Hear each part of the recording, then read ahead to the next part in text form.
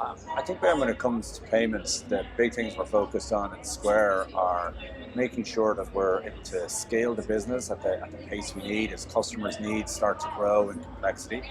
As we've heard from the conference this week, we're really focused on how we can use AI as an aid and a help to customers. So not as an end in itself, but how can we really bring it to life with the right use cases? And I think thirdly, probably around the regulatory space and the increasing obligation on all of us to make sure that we're doing things with customers' best interests at heart. Mhm. So I think when it comes to regulation, as you say, there's a huge backdrop to it. I always like to look through to the underlying purpose and the why.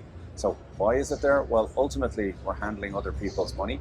So there's an obligation on that, to make sure that you're doing things appropriately, that it's safeguarded, and that there's no risk to your end customer or to their funds.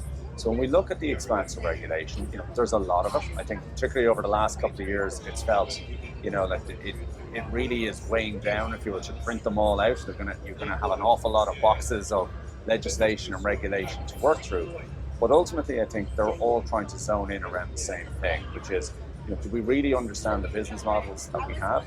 Are we resilient? Can we handle outages? What would we do when things go wrong?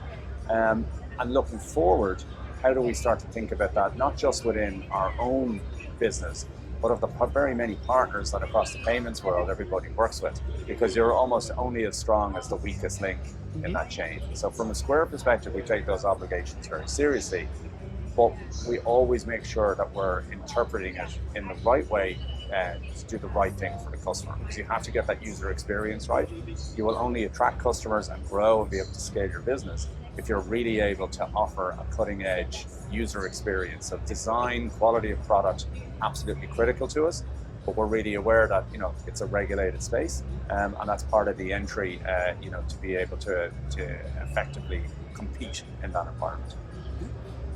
One of the main drivers for Square is making sure that we put sellers, which is what we call our customers or our merchants, at the center of what we do. So that's about economic empowerment, and it's about making sure that we never let a seller miss a sale. So everything we do on the product side is making sure that we're helping that customer grow their business, that we're not getting in the way of that, but we're really starting to simplify it and bring it out. What are they telling us today? Can we help them save time? Can we help them save money? Can we help simplify how they run and operate their organization?